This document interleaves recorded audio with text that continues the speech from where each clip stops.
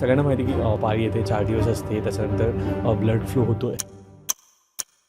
हे एक नॉर्मल आहे बेसिकली. पण तक्रार म्हणून म्हणजे काय असतं, म्हणजे इट्स आउट ऑफ बॉक्स काही घडते, पण ते काय घडतं? स्त्रियांचा कल हा आपल्या मासिक पाळीतील तक्रारी लपवण्याकडे असतो. म्हणजे समजा मला दर महिन्याला 4 दिवस ब्लिडिंग होतंय आणि आता एकच दिवस झालं, हे ॲबनॉर्मल आहे. या सगळ्यामध्ये ना एक गोष्ट दिसते की गर्भनिरोधक गोळ्या घ्यायचं प्रमाण पण वाढलेलं आहे. ह्या गोळ्या बऱ्याच वेळेला दुकानात जाऊन आपल्या मर्जीने घेतल्या जातात, त्या चुकीच्या पद्धतीने घेतल्या जातात, चुकीच्या वेळासाठी घेतल्या जातात आणि मग त्याचे साईड इफेक्ट तर होतातच आणि बऱ्याच वेळेला गर्भधारणा पण होते. जर पिशवी काढली तर काय प्रॉब्लेम असतात असं जाणवतं का त्यांना? म्हणून ते नको म्हणत असतात पिशवी काढायचं. कारण भीती असते की तक्रार आली तर गर्भाशयाची पिशवी काढून टाकतील. तर जर गरज असेल तरच डॉक्टर पिशवी काढतील रे. मेहुणे आणि मेहुण्यांचे पाहुणे, पण हेच पाहुण्याची माहिती सांगत नाही ती गोळ्याबेज पॉडकास्टवर असते. नमस्कार मंडळी, मी ऋषिकेश. गोळ्याबेज पॉडकास्टवर तुमचं खूप खूप स्वागत आहे. आज आपण एक वेगळा विषय घेऊन आलेलो आहे. खरं तर गायनेकोलॉजिस्ट हा एक थोडासा दुर्लक्षित विषय मी म्हणेल, किंवा ज्यावेळेस आई बाबा व्हायचं असतं ना त्यावेळेसच निदान डॉक्टरकडे जाऊन मग गोष्टी चेक केल्या जातात, बऱ्याचशा गोष्टी नवीन माहिती पडतात किंवा बऱ्याचशा गोष्टींवर चर्चा त्यावेळेस होते. पण ॲक्च्युली गायनेकोलॉजिस्टकडे कधी गेलं पाहिजे, त्यांच्याशी कुठल्या गोष्टींवर चर्चा केली पाहिजे आणि फॅमिली गायनेक असण्याचे काय काय फायदे होऊ शकतात, या सगळ्याच गोष्टींची आज आपण चर्चा करणार. त्याचसोबतच गायनेकोलॉजिस्टसोबत येणाऱ्या काही टर्म्स आहेत, काही कंडिशन्स आहेत, त्यांच्याविषयी चर्चा करणार डॉक्टर सागर पाठक सरांसोबत. तर चला गप्पांना सुरुवात करूयात. नमस्कार सागर सर. नमस्ते. गोळ्याबेज पॉडकास्टमध्ये खूप खूप स्वागत आहे तुमचं. जसं मी सुरुवातीला इंट्रोडक्शनमध्ये पण म्हटलं की गायनेकोलॉजिस्टकडे जायचं म्हणजे प्रेग्नन्सी आली कीच, हा एक सरळ साधा टर्म आपल्या मराठी संस्कृतीमध्ये किंवा मराठी फॅमिलीजमध्ये असतो. पण ॲक्च्युली कधी गेलं पाहिजे, म्हणजे काय गोष्टी घेऊन गेलं पाहिजे? आणि सगळ्यात पहिलं म्हणजे ना ऋषिकेश, गायनेकोलॉजिस्ट हा फक्त गायनेकोलॉजिस्ट नसतो. करेक्ट. गायनेकोलॉजिस्ट ही टर्म फक्त जरी असली तरी तो गायनेकोलॉजिस्ट आणि ऑब्स्टेटिशियन असतो. म्हणजे स्त्रीरोग आणि प्रसूतीशास्त्र हे 2 वेगवेगळे विषय आहेत. ओके. तू जे बोललास डिलिव्हरीसाठी जातो किंवा प्रेग्नन्सी राहिल्यावर जातो ते प्रसूतीमध्ये येतं किंवा प्रसूतीशास्त्रामध्ये येतं. आणि इतर जे स्त्रियांचे आजार आहेत, मग मासिक पाळीचे आजार असतील, इतर इन्फेक्शन्स असतील, हे सगळं जे आहे ते स्त्रीरोगमध्ये येतं. ओके. पण आपण सगळे त्याला गायनॅक असं म्हणतो. म्हणजे मराठीमध्ये स्त्रीरोग तज्ज्ञ हे इतकं मोठं शब्द होतो, त्यामुळे आता मराठीत पण गायनॅकच म्हणतो. ते तर आहेच. सो गायनॅकची गरज प्रत्येक स्त्रीला कधी ना कधीतरी आयुष्यात लागतेच. ओके. ओके. आता काय झालं आहे, एक साधी गोष्ट सांगतो. मी गायनेकोलॉजिस्टची गोष्ट सांगतो की गायनेकोलॉजिस्ट हा जो व्यक्ती आहे ना, तो थोडासा फॅमिली फिजिशियनला रिप्लेस करायला लागला आहे. ओके. कारण आता फॅमिली डॉक्टर ही कन्सेप्ट थोडीशी कमी व्हायला लागली. नक्कीच.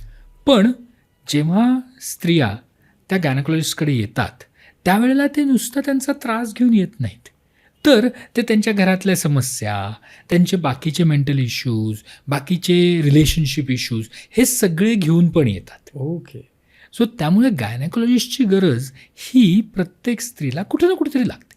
म्हणजे अगदी लहान मुलीपासून ते 70 वर्षाच्या आजीपर्यंत देखील स्त्रीरोग तज्ज्ञ लागतो. करेक्ट.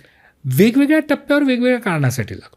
म्हणजे अगदी लहान मुलगी आहे, मे बी नुकतीच जन्मलेलं जे बाळ असतं तिच्याही योनिमार्गातून काही स्त्राव येऊ शकतो, तिथं इन्फेक्शन होऊ शकतं. ओके. त्याचबरोबर वयात येताना अडचणी येऊ शकतात.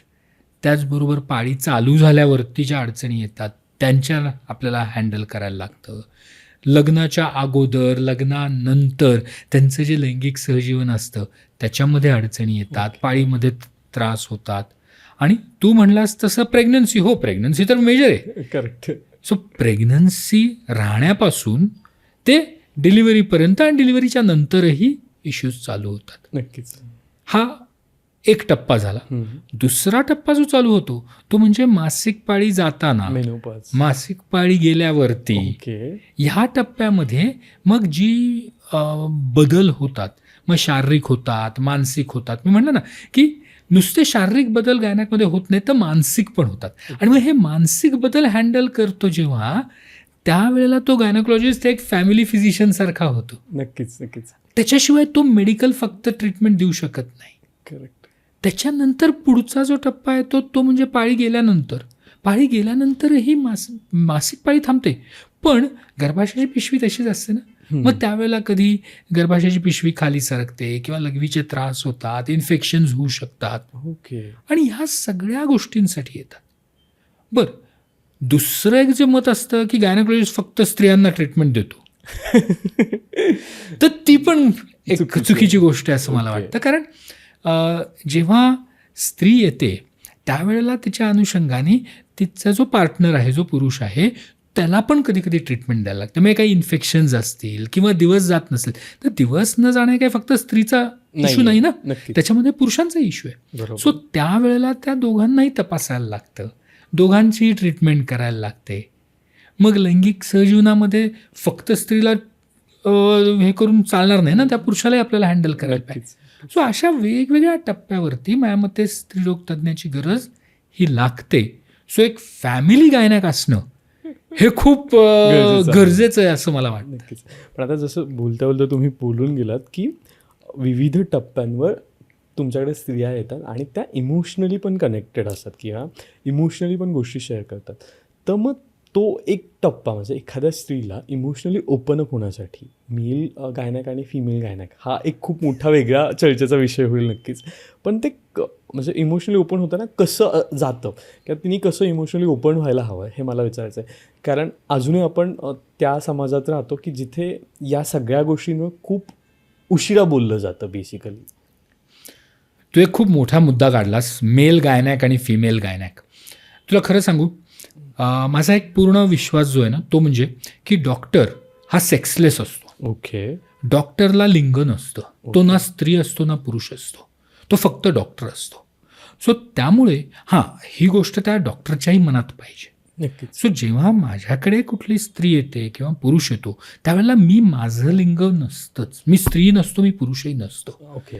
आणि त्याच्यामुळे जेव्हा त्या व्यक्तीला आपण हा कॉन्फिडन्स देऊ शकतो की तुमचे इंटिमेट प्रॉब्लेम्स जे आहेत ते माझ्यापर्यंत शेअर करू शकता, मला सांगू शकता, मी ते जज न करता मी त्याच्यावरती काहीतरी उपाय काढणार आहे. ओके.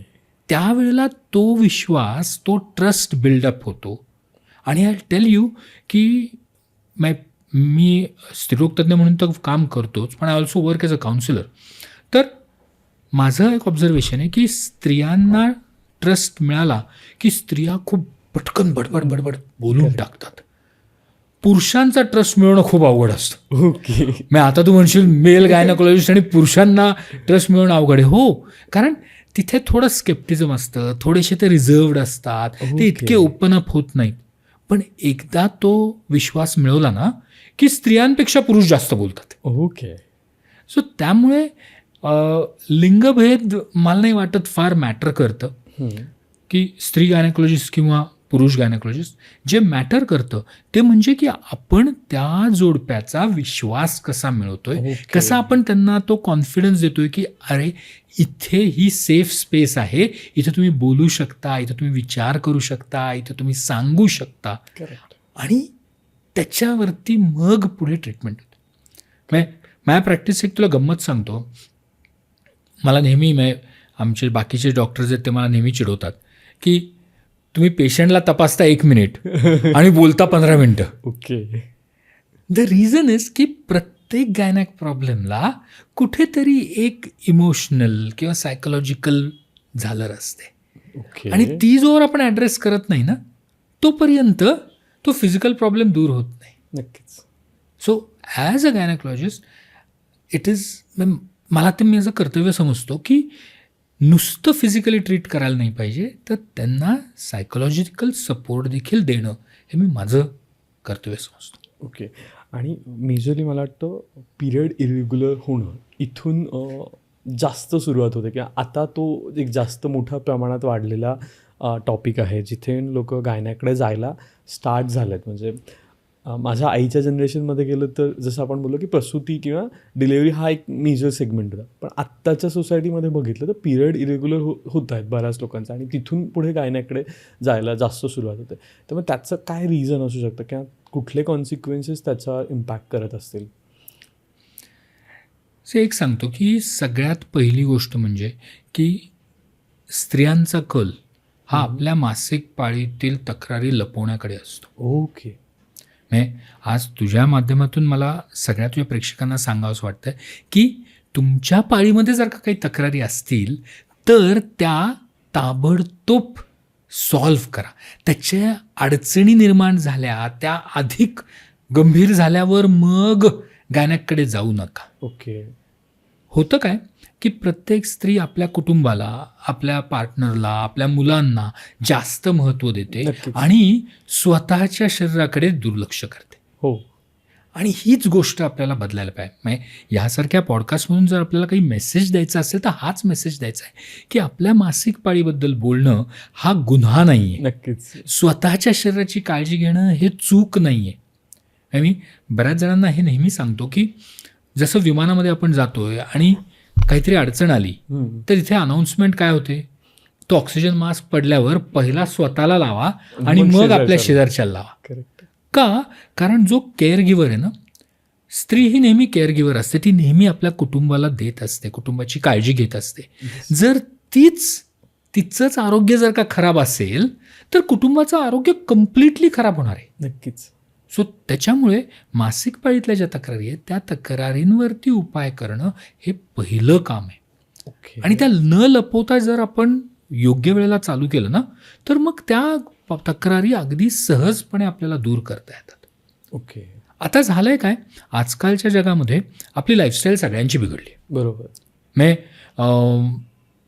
वर्किंगचं वेळा नाहीत, किती वाजता जातोय किती वाजता येतोय, खाण्याच्या वेळा नाहीत, खायला जे मिळेल ते खातोय. म्हणजे पूर्वी जसं बाबा एक वेळ असायची की जिथे आपण जेवण व्यवस्थित करायचो, तो तेवढा लंच आवर होतो. आता कॉर्पोरेट वर्ल्डमध्ये लंच आवर ही कन्सेप्टच गेली नाहीये. हो. जे आहे ते तुझ्या डेस्कवरच घे आणि जेव आणि खा आणि संपव.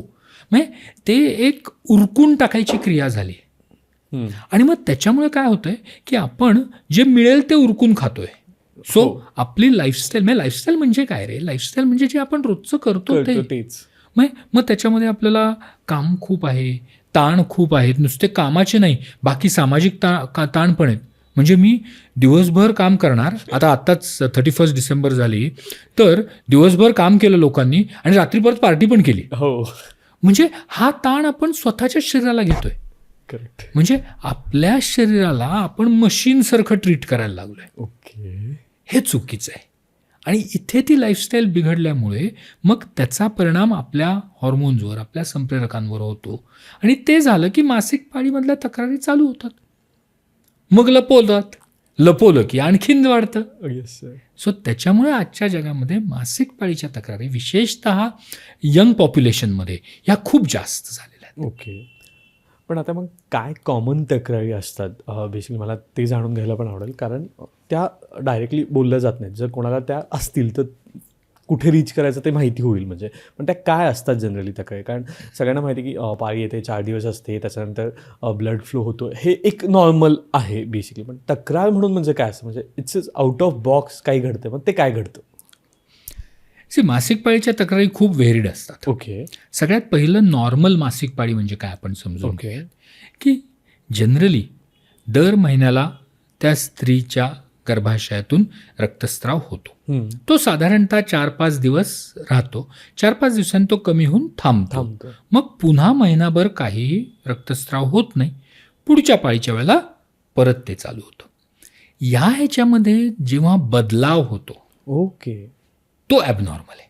म्हणजे समजा मला दर महिन्याला 4 दिवस ब्लिडिंग होतंय आणि आता 1च दिवस झालं, हे ॲबनॉर्मल आहे. करेक्ट. मला समजा 2च दिवस होतोय आणि एखाद्या महिन्यामध्ये 8 दिवस झालं, ते ॲबनॉर्मल आहे. पोटामध्ये दुखणं हा एक मोठं तक्रार असते.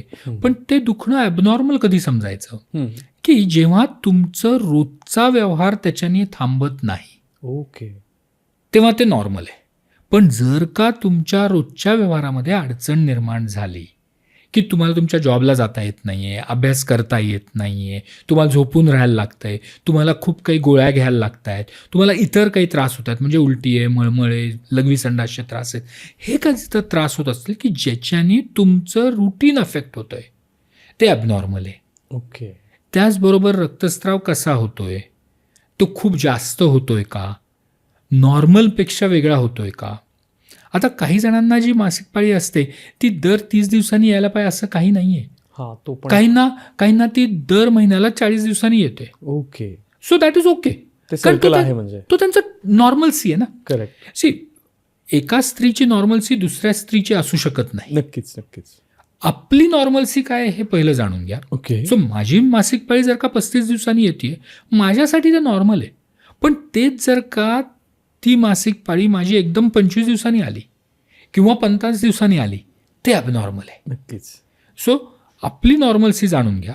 त्या नॉर्मलसीमध्ये जो बदल होतो तो ॲबनॉर्मल आहे. ओके. हे अगदी सिम्पल करून जर सांगायचं तर this is the gist. Yes. Nice. आणि असं काही होत असेल तर go to the doctor firstly. म्हणजे त्याच्यासाठी नेक्स्ट पाळीचा वेट करू नका. कारण बऱ्याच असं होतं की ओके आत्ताच झालंय, मग थांबूयात, मग पुढच्या पाळीच्या वेळेस काय होतं बघूयात, मग काहीतरी गोळ्या घेऊयात आणि जाऊयात. आणि याच्यावर अजून एक आहे की घरगुती उपाय खूप केले जातात. तर त्याच्याबद्दल थोडंसं अवेअरनेस जर तुम्ही केलं की कुठपत करावेत आणि कुठले करू नयेत किंवा करूच नयेत, कसे असावेत. घरगुती उपाय वाईट आहेत असं मी कधीच म्हणणार नाही. ओके. पण ते कधी करायचे ह्याचं ज्ञान आपल्याला पाहिजे. नक्कीच. म्हणजे प्रत्येक पाळीच्या वेळेला माझ्या पोटात दुखतं, तर ते दुखतं किती, ते डिग्री किती आहे, हां, त्याच्यावरती घरगुती उपाय अवलंबून आहेत. बरोबर. म्हणजे समजा माझ्या पोटात खूप दुखतं आणि मी एक गरम पाण्याची पिशवी पोटाला लावली 1 तास 1.5 तास, तर मला बरं वाटतं आणि माझं रुटीन चालू होतं. ओके.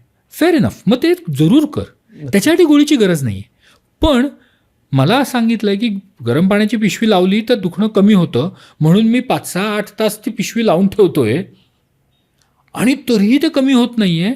पण केवळ घरगुती उपाय आहे तो चांगला आहे म्हणून लावूनच ठेवायचं आणि दुखणं सहन करायचं. हे सहन करण्याची जी कॅपॅसिटी, मानसिकता आहे ना, हीच बदलायला पाहिजे. नाही का सहन करावं, का सहन करावं. आपल्याला जर का जखम झाली, दुखायला लागलं तर आपण काय करतो रे, लगेच डॉक्टरकडे जातो, गोळ्या घेतो, दुखणं कमी करतो ना. मग मासिक पाळीतलं दुखणं का म्हणून बंद करावं, का सहन करावं, का हे करावं. माझ्याकडे कितीतरी कॉलेजच्या मुली येतात की नाही दर महिन्यामध्ये ना आम्ही 4 दिवस सुट्टी घेतो, जात नाही कॉलेजला. का, कारण नाही खूप पोटात दुखतं, खूप ब्लिडिंग होतं.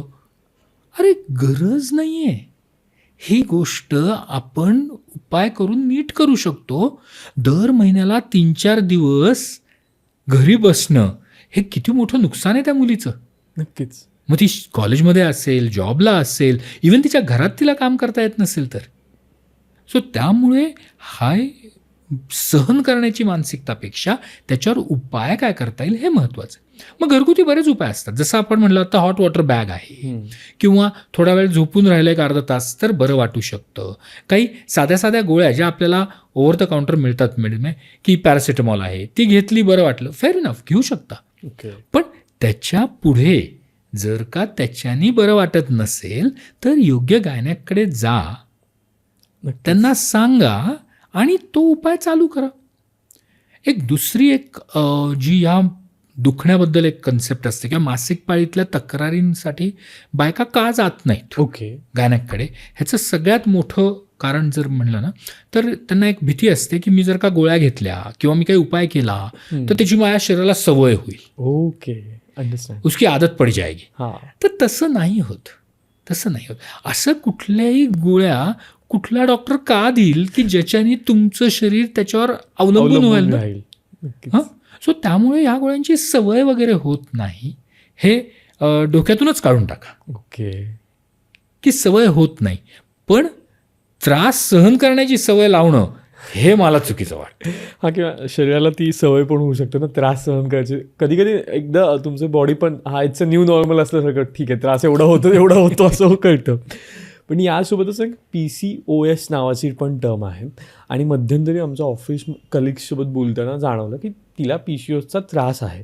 पण मग असं झालं की तिलाही त्याच्याबद्दल बऱ्याचशा आयडिया नव्हती आणि ती काही ट्रीटमेंट घ्यायला तयार होत नव्हती. अगेन सेम फॅमिलीमधून माहीत नाहीत गोष्टी, मग कुठे जायचं काय नाही. तर मग PCOS नेमकं काय प्रकरण आहे आणि ते कसं येतं? सो PCOS किंवा PCOD हेचा फुल फॉर्म आपण म्हणूया की पॉलिसिस्टिक ओव्हॅरियन सिंड्रोम किंवा पॉलिसिस्टिक ओव्हॅरियन डिझीज. हां. आता हा एक अतिशय स्पेसिफिक वैद्यकीय आजार आहे. ओके.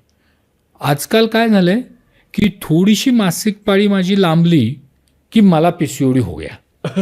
हे स्वतःला समजून घेऊन स्वतःच डायग्नोसिस करून मग ChatGPT, आता ChatGPT आहे, पूर्वी गुगल होतं, गुगल होतं की लगेच ते सिम्पटम टाकायचे, मग लगेच ChatGPT आगरी पार, म्हणजे दिवस जाणार नाहीत, आता तुझं झालंच, कल्याण झालं, इथपर्यंत सांगून टाकतं. ओके. तर हा एक आजार आहे. जसे इतर आजार आहेत तसा हा आजार आहे. ह्याच्यामध्ये काय होतं, ह्याच्यामध्ये मासिक पाळी पुढे मागे होऊ शकते, पाळीमधलं ब्लिडिंग, रक्तस्राव जो आहे तो कमी होऊ शकतो, पोटामध्ये दुखणं होऊ शकतं. त्याचबरोबर इतर हॉर्मोन्समुळे आपल्या अंगावरची जी नको असलेले केस असतात, मग चेहऱ्यावर आहे, छातीवर आहे, पोटावर आहे, तिथे केसांची वाढ होऊ शकते, चरबीची साठवणूक होऊ शकते, त्याच्यामुळे वजन वाढू शकतं. आणि ते वजन वाढलं की परत शरीरातले हॉर्मोन्स गडबड होतात. नक्कीच. सो हा जो आजार आहे ना, हा आजार जर डायग्नोज करायचा असेल ना, तर बरेच जण सोनोग्राफी वापरतात. ओके. हे अतिशय चुकीचं आहे. ओके. सोनोग्राफी ही फुलप्रूफ तपासणी नाही PCOS डायग्नोज करायला. जर का PCOS डायग्नोज करायचं तर त्याच्यासाठी आपल्या शरीरातले हॉर्मोन्स तपासणं, ते पण पाळीतल्या विशिष्ट दिवशी, ओके. आणि मग त्याच्यावरून आपण हे डायग्नोज करू शकतो. सो हा आजार तुम्ही सोनोग्राफी केली म्हणून डायग्नोज होत नाही, तुमच्या मनाने पाळी थोडीशी 2 महिने गडबड झाली म्हणून होत नाही. नक्कीच. तर हा आजार आहे ज्याच्यासाठी आपल्याला काही टेस्ट करून, हॉर्मोन्स तपासून आपण तो डायग्नोज करू शकतो. पण स्वतःचं डायग्नोसिस करणं पहिलं थांबवा. आणि जेव्हा अशी तक्रार येते तेव्हा तुम्ही गायनेकोलॉजिस्टकडे जा. त्याच्यासाठी तो गायनेकोलॉजिस्ट 2 गोष्टी करतो. एक म्हणजे तुमच्या लाईफस्टाईलमध्ये बदल करायला लावतो. हां, ते खूप महत्त्वाचं मला वाटतं. हां, ती गोष्ट आपल्याला करायलाच पाहिजे. आणि वैद्यकीय उपाय पण करतो. नक्कीच. वैद्यकीय उपाय हा लिमिटेड काळासाठी असतो, पण लाईफस्टाईलमधले बदल हे आयुष्यभरासाठी असतात. करेक्ट.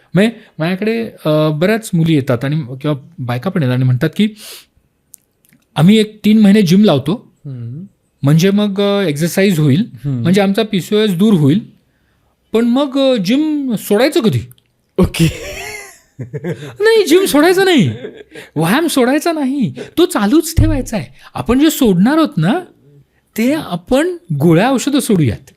आलं लक्षात. सो लाईफस्टाईलमधले बदल करायचेच आहेत. कारण होतं काय, जेव्हा आपलं वजन जास्त होतं त्यावेळेला हॉर्मोन्समध्ये गडबड होते. नक्कीच. हॉर्मोन्समध्ये गडबड झाली की वजन वाढतं. बरोबर. सो ते चक्र तोडलं पाहिजे. ते चक्र तोडण्यासाठी आपल्याला डाएट आपलं सुधारायला पाहिजे, आपल्याला व्यायाम, एक्सरसाइज हा करायला पाहिजे, आणि तो एरोबिक पाहिजे. एरोबिक म्हणजे की जिथे घाम येतोय, मग जॉगिंग असेल, दोरीच्या उड्या असतील, उठाबशा असतील, सूर्यनमस्कार असतील, पुशअप्स असतील, जिम असेल, रनिंग असेल, सायकलिंग असेल, खूप काय काय ऑप्शन आहे. त्याला. एखादी गेम तुम्ही खेळत असाल, पण ह्या एक्सरसाइजचं अंत नाही बघायचा आहे. मग तो कधी संपणार नाही, तो संपणार नाही. नक्कीच. तुमचं खाणं ते नीट करायला पाहिजे, तुम्हाला झोप पाहिजे, निदान दररोज 7 ते 8 तास शांत झोप पाहिजे. आता हा सगळ्यात मोठा प्रॉब्लेम मला सांगायला लागतो, कारण लोकांना हे समजतच नाही की आपल्याला पूर्ण आराम देणारी झोप पाहिजे. आजकाल हे सोशल मीडियामुळे लोक 4-5 तासच झोपत आहेत आणि इतर वेळा नुसतं स्क्रोल करतायत. रोल करतात. सो ते थांबलं पाहिजे. नक्कीच. कारण हे सगळा आजार जो आहे हा लाईफस्टाईल डिझीज आहे. जसं ब्लड प्रेशर आहे, डायबिटीस आहे, हे लाईफस्टाईल डिझीजेस आहेत. त्याच्यामध्ये आपण लाईफस्टाईल बदलली तर बऱ्याच वेळेला आपल्याला गोष्टी हे चांगलं reverse करता येऊ शकतो. Yes yes. Same way PCOS आहे. ओके. सो स्वतःवर उपाय करू नका आणि ChatGPT तर नक्कीच सांगू नका. म्हणजे ते खूप महत्त्वाचं की स्वतःचं डायग्नोसिस स्वतः नका करू. म्हणजे त्याच्यासाठी एक्सपर्ट्स आहेत, नक्कीच त्यांची हेल्प घ्या, किंवा मग तुम्हाला जे सुचतं ते आहेच असं म्हणू शकतो आपण.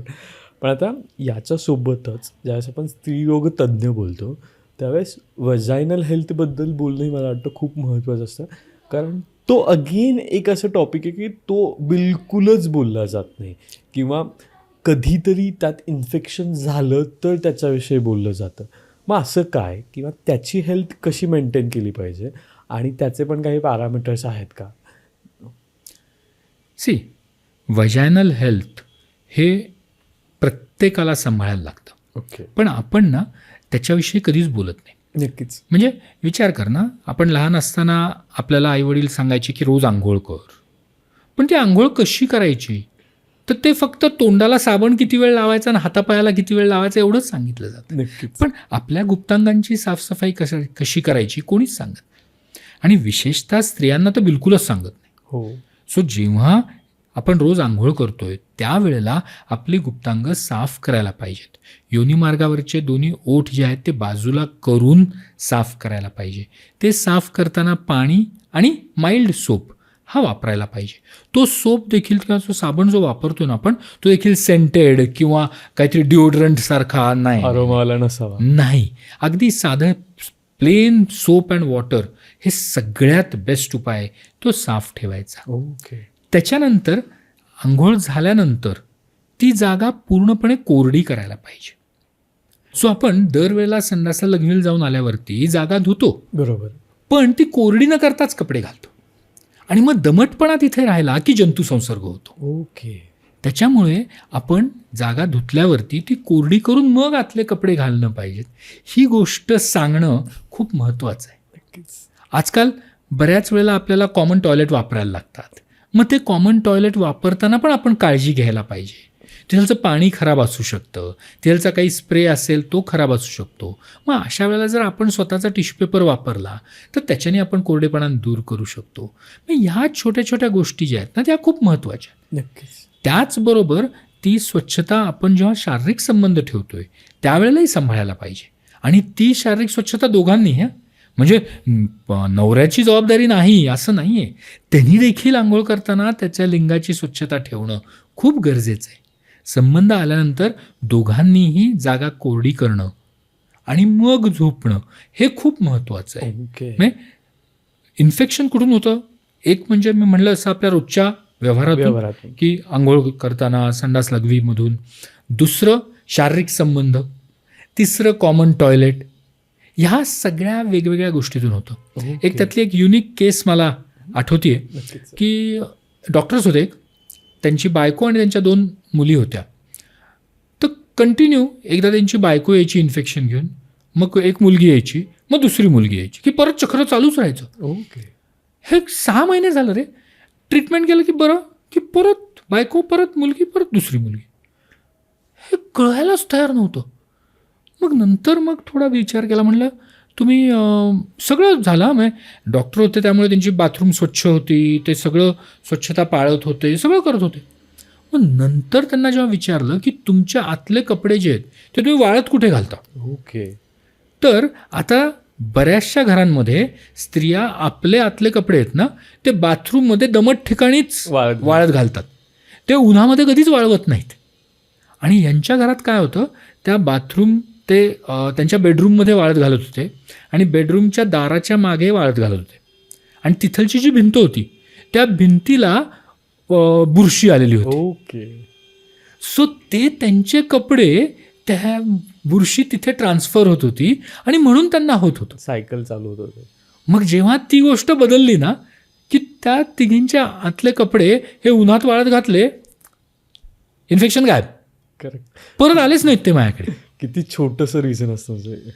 पण म्हणजे हीच तर गोष्ट बोलायची. म्हणजे ह्या पॉडकास्टमुळे मला तुझ्या प्रेक्षकांना सांगायचंच हे आहे की स्त्रियांनी बोललं पाहिजे, आपले प्रॉब्लेम सांगितले पाहिजेत, आपले प्रॉब्लेम तिथं मांडले गेले पाहिजेत. नक्कीच. नक्कीच. स्त्रियांच्या आतले कपडे हे उन्हात वाळत घातले पाहिजेत, ते पूर्ण सुकल्याशिवाय घालणं चुकीचं आहे. दमट असताना इस्त्री करून नाही घातले पाहिजेत.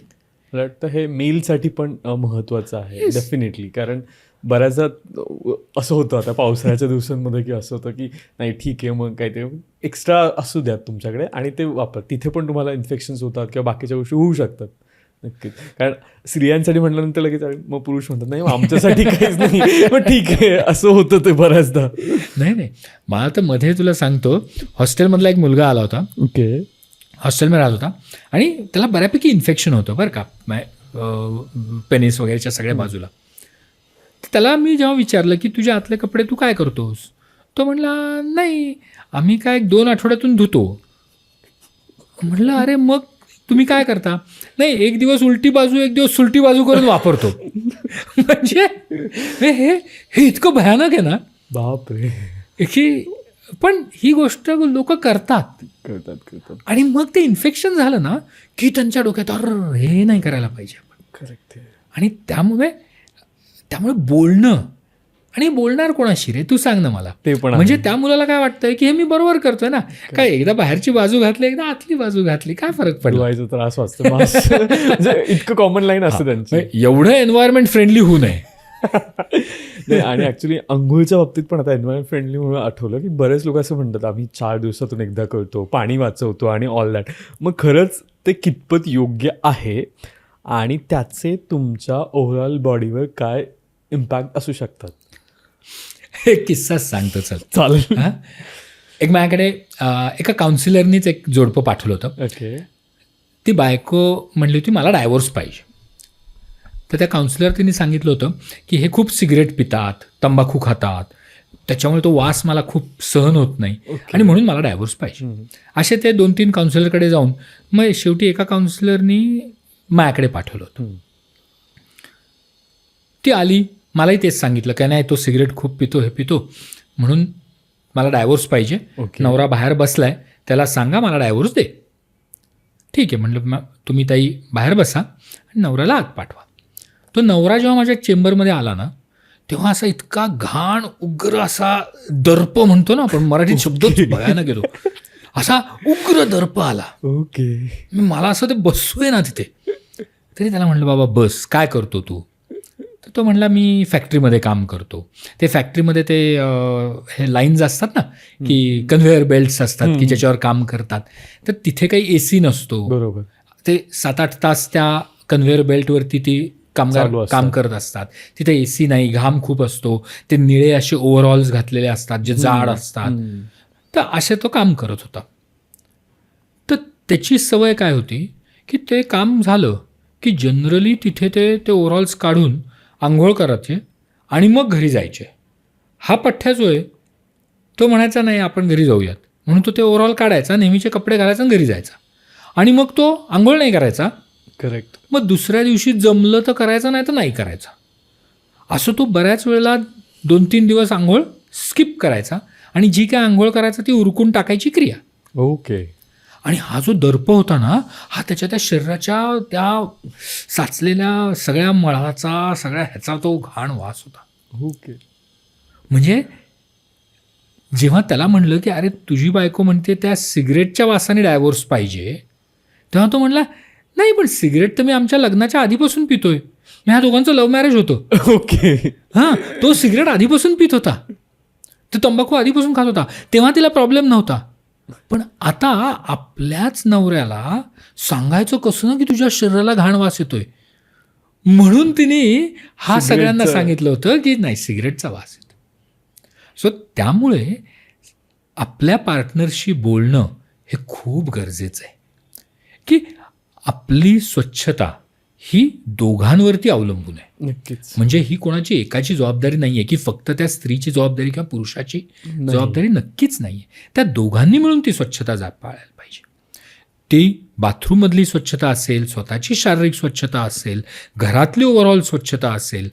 अरे कितीतरी जण गादीवरचं बेडशीट बदलत नाहीत महिना. हो. म्हणजे ही जी स्वच्छता आहे ना ही बेसिक स्वच्छता आहे. ही बेसिक स्वच्छता पाळली तर मग हे इन्फेक्शन्स खूप कमी होतात. ओके. सो हीच गोष्ट आपल्याला करायला पाहिजे.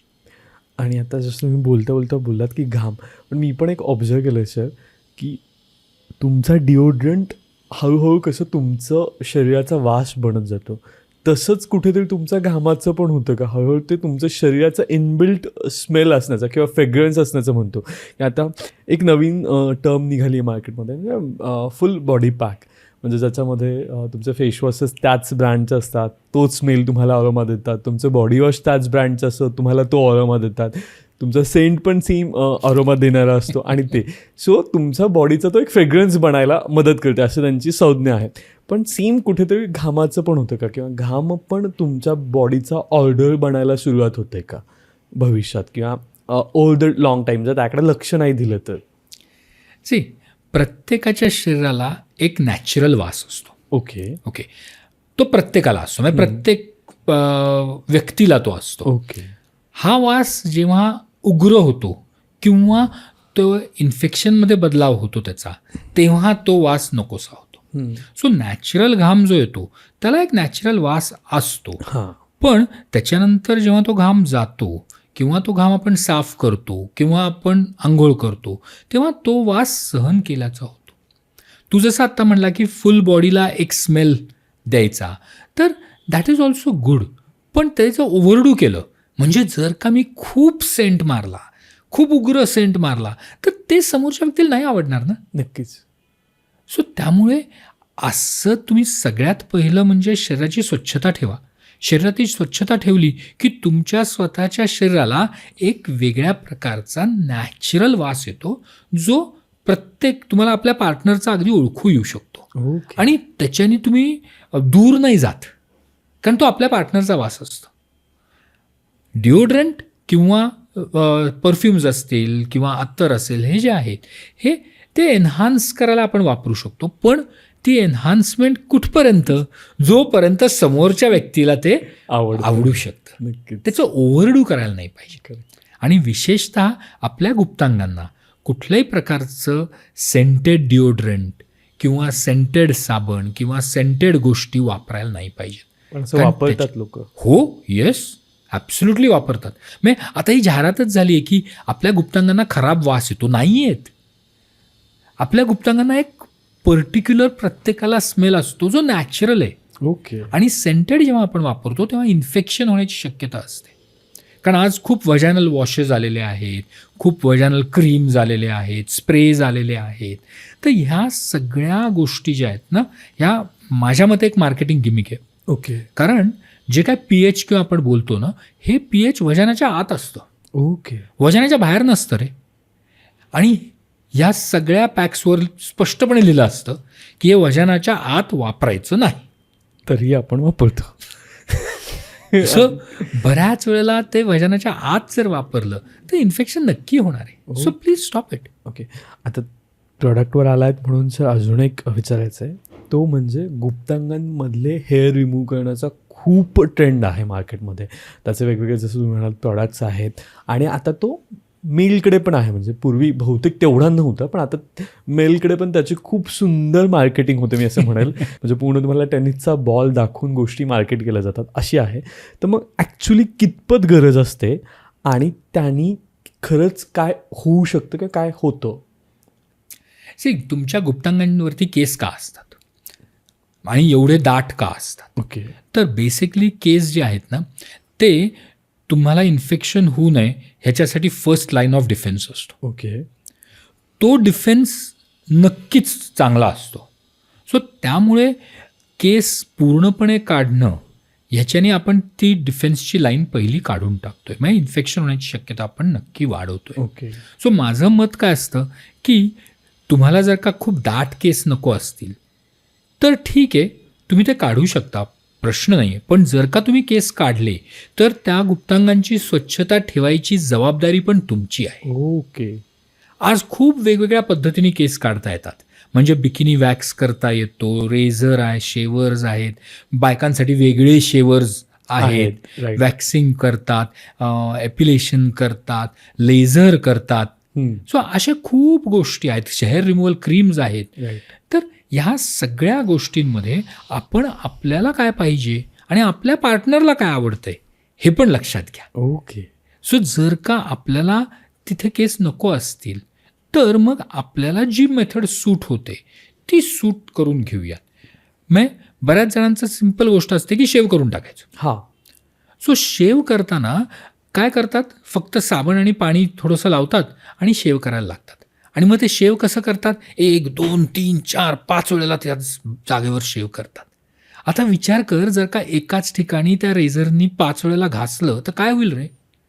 चक्क जखमा होतील. म्हणजे आता मी दाढी करत नाही, पण तरी जर का 5 वेळेला मी दाढी केली तर जखम होईल ना गालावर. नक्कीच. आणि मग जखम झाली की तिथे इन्फेक्शन होईल. येस. सो जर का तुम्हाला रेझर वापरायचा असेल तर तुम्हाला काहीतरी फोमिंग क्रीम वापरायला पाहिजे, जेणेकरून ते केस जे दाट आहेत ते थोडे नाजूक होतील. कात्री घ्या, पहिल्यांदा त्यांची लांबी कमी करा, मग ती लांबी कमी झाली, मग ते सॉफ्ट झाले की मग रेझरनी काढा. ते पण एकदा काढा. मे बी एक वेळेला घासल्यावरती नाही निघणार, ठीक आहे ना, उद्या परत करा ना, कुणी अडवलंय तुम्हाला. पण हे मेथड कशी वापरायची ह्याला खूप महत्त्व आहे. हेअर रिमूव्हल क्रीम्स आहेत ते प्रत्येकाला सूट नाही होत. करेक्ट. काहींना ॲलर्जी येऊ शकते, रॅशेस येऊ शकतात. मग त्याचा आधी पॅच टेस्ट करा, त्याचे तुम्हाला काही रिॲक्शन येते का बघा, आणि मग ते वापरा. Laser hair removal side effects आहेत का? नाही आहेत, पण त्याच्यासाठी तुम्हाला मल्टिपल सिटिंग्स करायला लागतात. ते केस खूप जाड असतात, त्याच्यामुळे त्याला वेळ लागतो. ते पूर्णपणे जातात पण तरीही परत रिग्रो होतात, त्यामुळे तुम्हाला मल्टिपल सिटिंग्स करायला लागतात. सो ह्या सगळ्या गोष्टींचं पूर्ण ज्ञान घेऊन करा. आणि जेव्हा तुम्ही केस काढताय तेव्हा तुमच्या शरीराची स्वच्छता ठेवायची आणि इन्फेक्शन न होऊन द्यायची जबाबदारी तुमची आहे. कारण निसर्गाने तुम्हाला एक प्रोटेक्शन दिलं होतं, बरोबर, ते तुम्ही काढताय. करेक्ट. सो मग जबाबदारी तुमच्याकडे आली. आणि मला वाटतं हा सेगमेंट मे बी थोडे अर्निंगवाल्या लोकांकडे थोडासा वेगळा असतो, पण एक वयात आलेल्या जिथे काहीच गोष्टी नाहीत पण फक्त ऐकलंय मित्रांकडून किंवा गोष्टी इकडून तिकडून कानावर, तर तिथे हा सेगमेंट जरा वेगळ्या पद्धतीने वेगळ्या दृष्टिकोनातून ट्रीट होतो. किंवा जसं तुम्ही म्हटलं रेझर वापरणं किंवा विदाऊट क्रीम्स आणि गोष्टी वापरून करणं, तिकडे हे पटकन होतं. अरे काय इझीच आहे, सोपंच आहे, दाढी केल्यासारखं. जसं पहिल्यांदा दाढी आलेली असते, फर्स्ट कट करायचं, जसं तसं इतकं फास्ट होतं किंवा इतकं ते इझिली करतात लोक. नक्कीच. पण आता व्हॅजायनल हेल्थनंतर जसं आपण बोलत होतो, स्त्रीरोग तज्ज्ञांमध्ये प्रेग्नन्सी किंवा प्रसूती हा एक खूप मोठा पार्ट आहे किंवा तो एक मेजर कन्सर्न म्हणून पण बघितला जातो. पण या सगळ्याकडे वळताना आजकाल आपण बघतो की बऱ्याच प्रेग्नन्सीमध्ये पण केसेस असतात किंवा बऱ्याचशा गोष्टी वेगळ्या पद्धतीने पोर्ट्रे केल्या जातात किंवा मांडल्या जातात बऱ्यापैकी. तर या सगळ्यामध्ये ना एक गोष्ट दिसते की गर्भनिरोधक गोळ्या घ्यायचं प्रमाण पण वाढलेलं आहे बेसिकली.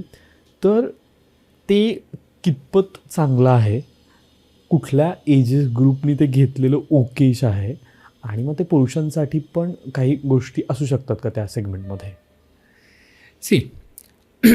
कुठल्याही वैद्यकीय गोळ्या ह्या वाईट नसतात. बरोबर. त्या जर वाईट असत्या तर आपल्याला त्या मिळाल्याच नसत्या. ओके. सो त्या आपल्याला वापरायला परवानगी असते, सगळं असतं. पण कुठल्याही वैद्यकीय गोळ्या जर का तुम्ही चुकीच्या वापरल्या तर त्याचे साईड इफेक्ट होणार आहेत. ओके. सो त्यामुळे जर का गर्भनिरोधक गोळ्या वापरायच्या असतील तर तुम्हाला योग्य गायनॅककडे जाऊन त्याचा सल्ला घेऊन मग त्या चालू केल्या तर त्याचे साईड इफेक्ट्स होत नाहीत.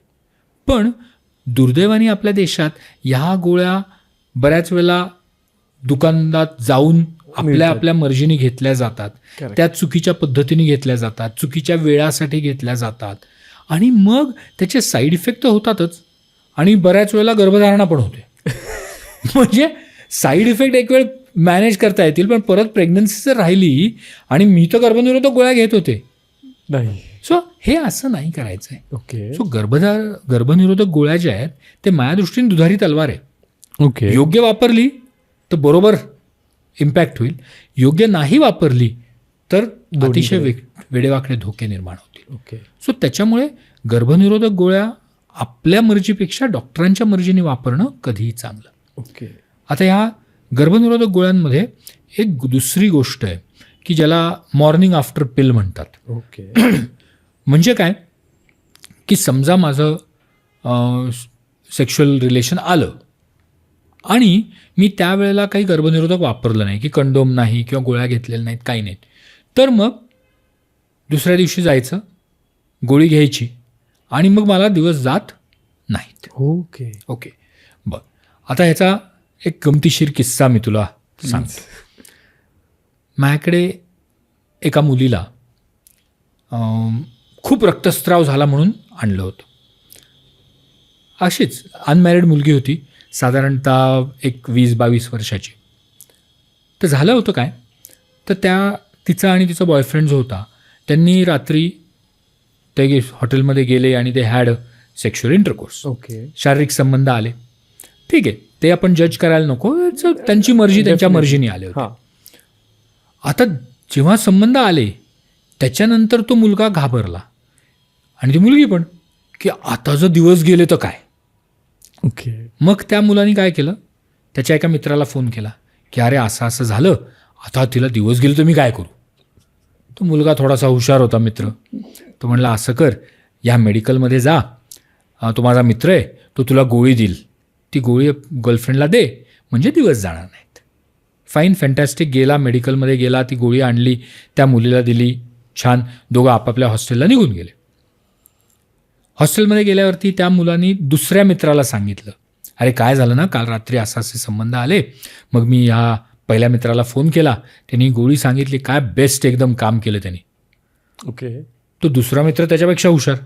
तो म्हणला चांगली गोष्ट आहे, पण समजा एक गोळीनी असर नाही आला तर काय करणार. Oh shit. येते लक्षात. मग तो म्हणला एक काम कर, तिला अजून एक गोळी दे. मग हे महाशय परत मेडिकलमध्ये गेले, दुसरी गोळी घेतली, तिच्या हॉस्टेलला गेले, तिला दुसरी दिली. मग त्या मुलीने आपल्या मैत्रिणीला सांगितलं, अरे काल एन्जॉय केलं. मग एक गोळी घेतली, मग तो म्हणला कायची नाही वर्क झाली तर दुसरी घेऊ, म्हणून दुसरी घेतली. मैत्रीण अजून हुशार, ती म्हणली 2 गोळ्यांनी नाही झालं तर काय, तू तिसरी घेऊन टाक बाई, उगाच डोक्याला त्रास नको. असं करत करत त्या मुलीनी एक 2-4 तासामध्ये 8-9 गोळ्या घेतल्या. बाप रे.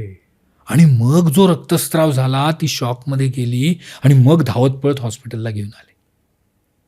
सो मी म्हणलं ना की गोळ्या चांगल्या आहेत रे, गोळ्या वाईट नाही आहेत, गोळ्यांना बदनाम केलंय, पण त्या गोळ्या वापरायच्या कशा, त्याचा इफेक्ट कसा येतो, तो कधी वापरायच्या, त्या वापरायच्या का नाही, हे जोवर तुम्हाला समजत नाही ना तोवर त्याचा दुरुपयोग करू नका. नक्कीच नक्कीच. गर्भनिरोधक खूप आहेत, खूप छान गोळ्या आहेत, पण त्याचा तुमच्या मर्जीने उपयोग नका करू.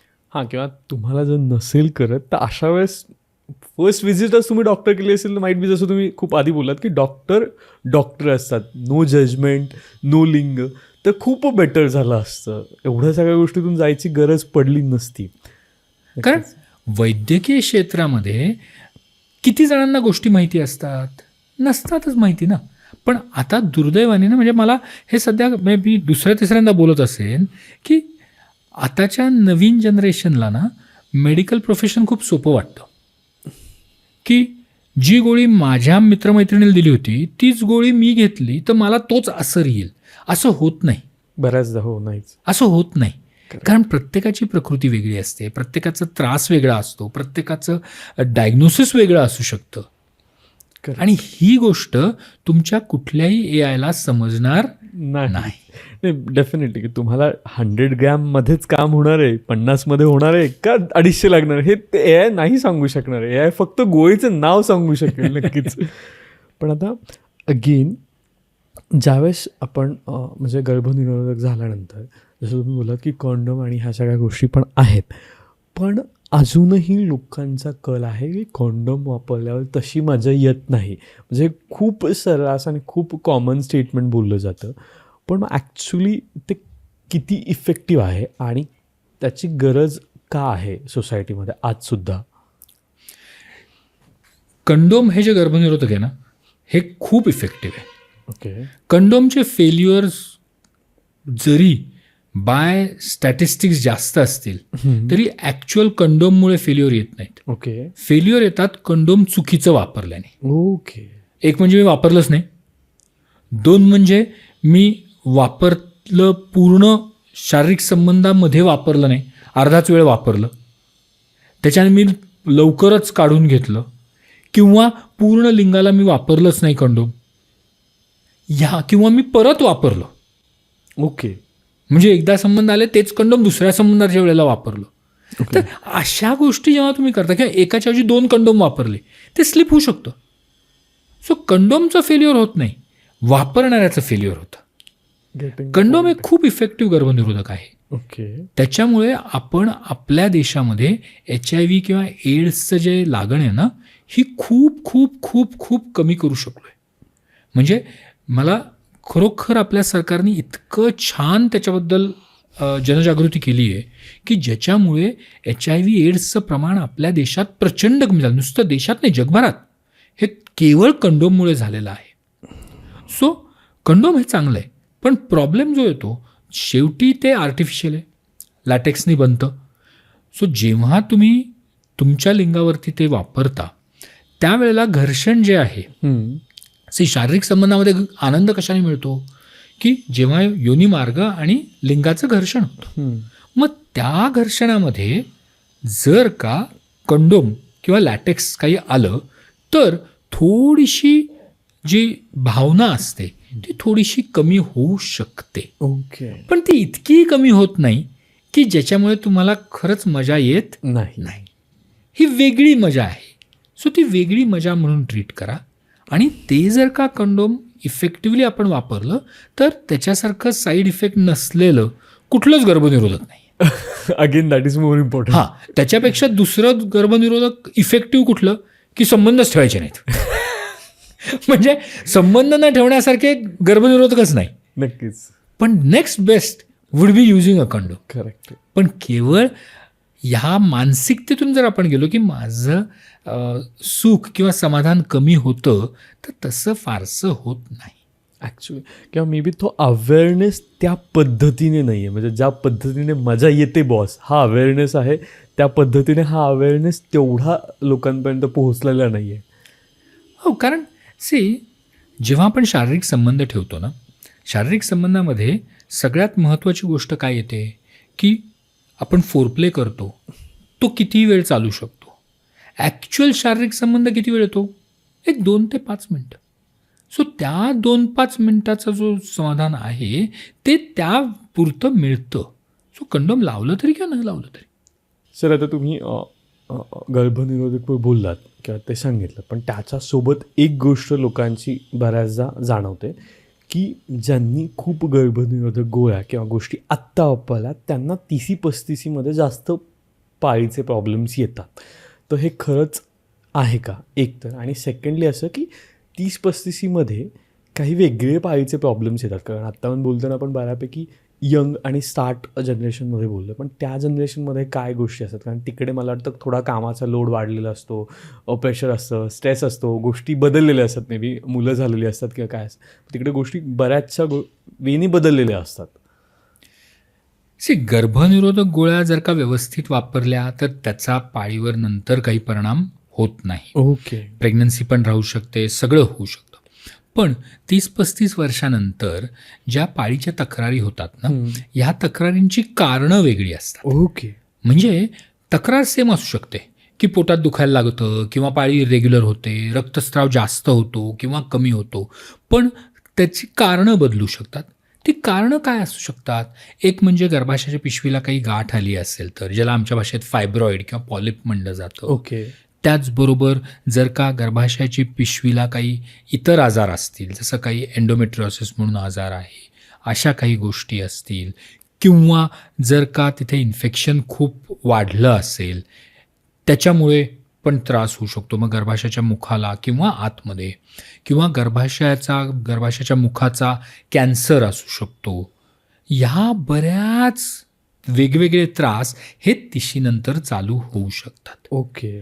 मग त्याच्यासाठी उपाय वेगळे आहेत. नक्कीच. म्हणजे आत्तापर्यंत आपण जे उपाय बोललो हे मासिक पाळीतल्या हॉर्मोनमध्ये ज्या बदल होतात ते बदलही त्या 30-35 वर्षांतर होतातच. नक्कीच. पण कारणं अजून ॲड होत जातात. सो त्यामुळे 30-35-40 वर्षांतर तर गायनॅकची गरज अधिक जास्त लागते. आणि मग कमीत कमी तुम्ही वर्षातून एकदा तरी तुमची सोनोग्राफी करून घेणं खूप गरजेचं होतं. ओके. कारण बरेचसे जे स्त्रियांचे कॅन्सर असतात हे लपलेले असतात. म्हणजे अंडकोशाचा, ओव्हरीचा कॅन्सर हा जनरली पहिल्या स्टेजला डिटेक्टच होत नाही. ओके. गर्भाशयाचा कॅन्सर असेल, गर्भाशयाचा मुखाचा कॅन्सर असेल, तर त्याच्यावरती उपाय आपल्याला लवकर जर चालू केले तर त्याचा इफेक्ट होतो. ओके. आता ह्या सगळ्या ह्याच्यामध्ये एक जो भाग आपण बोललोच नाही तो म्हणजे की छातीचा, ओके. की प्रत्येक स्त्रीची जी छाती किंवा वक्ष म्हणतो आपण, तर ह्याचे जे त्रास असतात हेही गायनॅकमध्ये इन्क्लुडेड असतात. ओके. सो मग ह्या छातीमध्ये काही गाठी होऊ शकतात. काही गाठी ज्या असतात ज्या कॅन्सरच्या असतात, काही गाठी असतात ज्या कॅन्सरच्या नसतात. मग त्यांच्यावरती उपाय कसा करायचा हे पण आपल्याला तिथे बघायला लागतं. नक्कीच. तसंच छातीतून काही दुधासारखा स्त्राव येऊ शकतो, रक्त येऊ शकतं. तर ह्या सगळ्या ज्या गोष्टी आहेत ना, ह्या देखील गायनॅकमध्ये आपल्याला लक्ष Add-on ठेवायला लागतात. नक्कीच. आता गर्भाशयाची पिशवी म्हणजे गायनॅक हे फक्त गर्भाशयाच्या पिशवीपुरतं मर्यादित आहे असं नाही आहे. हां. तर ते त्या स्त्रीच्या पूर्ण शरीरावरती एफेक्ट करतं, त्या छातीवर एफेक्ट करतं. केस येतात तर सगळीकडे येऊ शकतात. मी म्हणलं असं मानसिकतेवर पण एफेक्ट करतं. नक्कीच. सो एक गायनॅक संपूर्ण शरीर ट्रीट करतो असं मला नेहमी वाटतं. नाही, नक्कीच. पण आता सर, जसं तुम्ही बोलता बोललात की गर्भाशयाच्या पिशवीच्या गोष्टींवर, कारण मला वाटतं तो खूप लेटर ऑन स्टेजमध्ये येतो, म्हणजे 45च्या स्टेजनंतर ह्या गोष्टी तक्रारी चालू होतात आणि तिथून पुढं असं असतं की होतंय ना, चालढकल केली जाते. मग आत्ता माझी काय एवढी गरज नाही आहे, सून करते, मग ठीक आहे, म्हणजे थोडीशी चालढकल जास्त वाढते तिकडे. मग त्या कुठल्या तक्रारी असू शकतात आणि त्यांच्या कितपत लवकर निदान करणं गरजेचं असतं?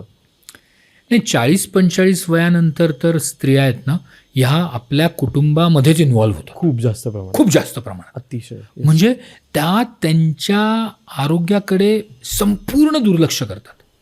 आणि दुसरी एक समजूत असते की आता काही वर्षांनी पाळी जाणारच आहे ना, हां. मग आत्ता कशाला ट्रीटमेंट करायचं, ओढूयात.